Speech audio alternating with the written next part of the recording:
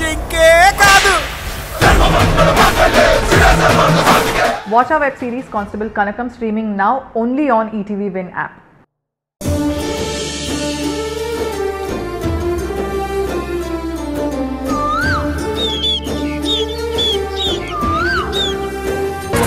ఏంటిది, ఇంటి దగ్గర డీజే లేదు, జనము లేరు, ఏం ఏర్పాట్లు చేయలేదా ఏంటి? ఇది డెత్ ఇల్లులా లేదే.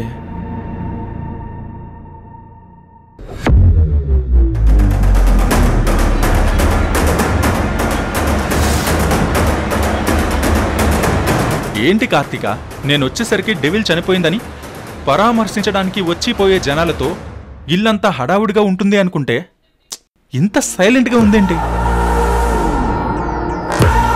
శవాన్ని ఇంకా ఇంటికి తీసుకురాలేదా? షిట్, నేనే ముందు వచ్చేసానా? ఏంటి కార్తీక, ఏం మాట్లాడవేంటి? ఏం మాట్లాడాలి? ఓ రాక్షసి పోతుందనుకుంటే చక్కగా మళ్ళీ తిరిగొచ్చింది. తిరిగొచ్చిందా?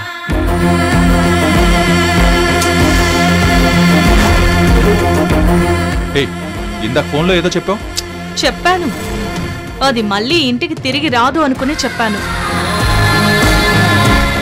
కానీ ఉన్నారు కదా మన డాడీ, ఆ డెవిల్ని హాస్పిటల్కి తీసుకుని వెళ్ళి బతికించి తీసుకొచ్చారు. సరే, అసలేం జరిగింది? నేను దాచుకున్న ఐటమ్స్ అన్నీ తీసి బయట పడేయాలని చూసింది. మర్యాదగా చెప్పాను, వినలేదు. అంతే, ఒక తోపు తోస్తే మెట్ల మీద నుంచి దొర్లుకుంటూ కింద పడిపోయింది.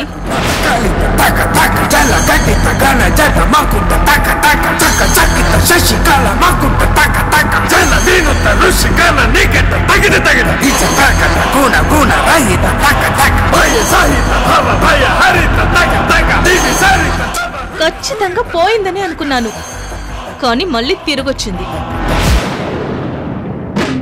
నా అత్తయ్యని కిందకి తోస్తావా?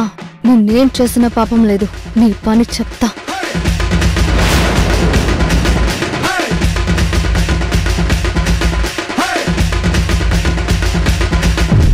తిరిగొచ్చిందా?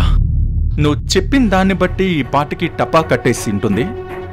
అందరి ముందు నవ్వుతూ కూర్చుంటే బాగుండదని ఇదిగో శవం మీద వేయడానికి పూల దండ కూడా తెచ్చాను. నన్ను బాగా డిసప్పాయింట్ చేశాను. అవును, ఇంతకీ ఆ రాక్షసి ఎక్కడుంది? లోపలే ఉంది. కార్ కీస్ ఇవ్వు. దేనికి? ఆ డెవిల్ మొహం చూస్తూ నేను ఇంట్లో ఉండలేను,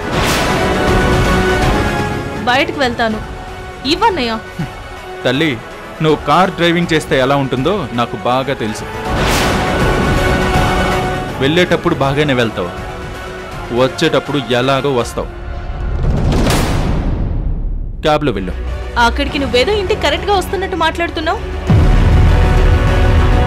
నీ సంగతి కూడా నాకు తెలుసులే గాని ముందు కార్ కీస్ ఇవ్వు.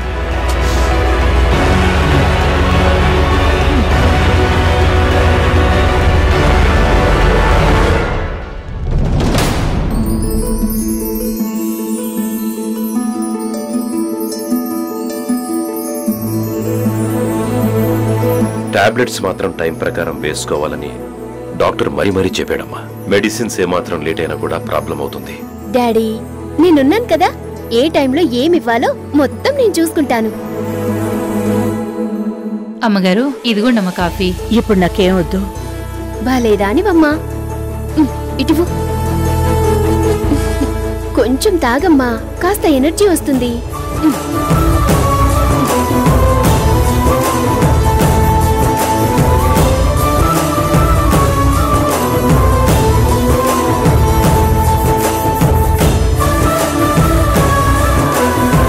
అత్తయ్య, ఎలా ఉంది అత్తయ్య? అదేంటి మా అమ్మను నువ్వు అత్తయ్య అని పిలుస్తున్నావు? తనకి అత్తయ్య ఎలా అవుతుంది? మేడం అని కదా పిలవాలి.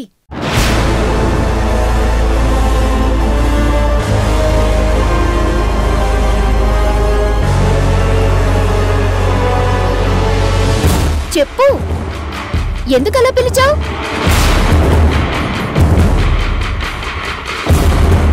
అంటే ఆ అమ్మాయికి నన్ను చూడగానే వాళ్ళ అత్తయ్య జ్ఞాపకం వచ్చిందంట. అందుకే అప్పటి నుంచి నన్ను మేడం అని పిలిచే బదులు అత్తయ్య అని పిలుస్తానంది. నేను సరే అన్నాను. అంతే కదా ప్రియా? అంతే అంతే.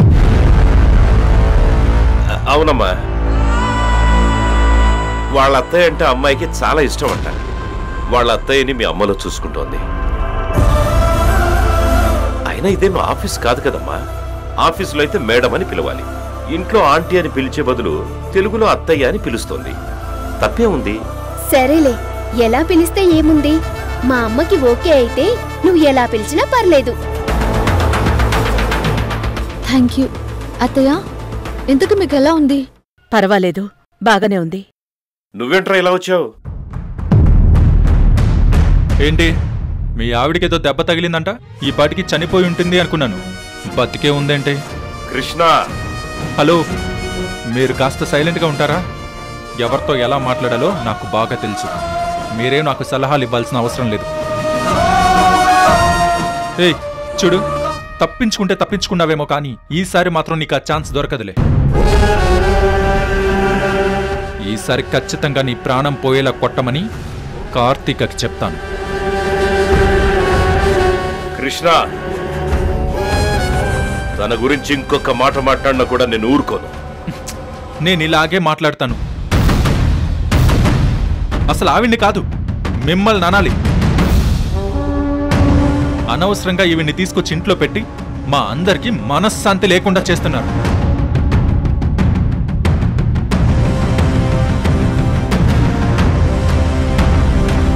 హే, ఆయనకంటే బుద్ధి లేదు, కనీసం నీకైనా సిగ్గుండాలి కదా. ఆయన పిలవగానే వచ్చేయడమేనా?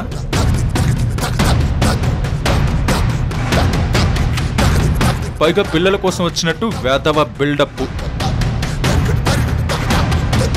నువ్వెందుకు వచ్చావో నాకు తెలీదా? అయినా ఇన్నేళ్లుగా అవసరం లేని మొగుడు ఇప్పుడు అవసరమయ్యాడా?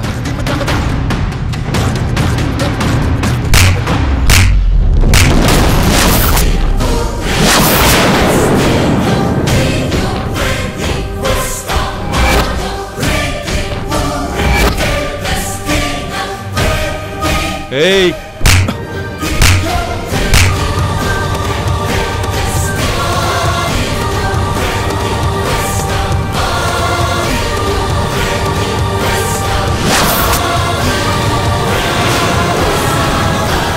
ఎంత పొగర్రా నీకు? నోటికి ఎంత మాట వస్తే అంత మాట మాట్లాడతావా? పళ్ళు రాలిపోతాయి, జాగ్రత్త. ఏయ్, ఆవినంటే నీకంటే బాధ. ఆవిడెవరనుకున్నావు? నాకు మేనెత్తా.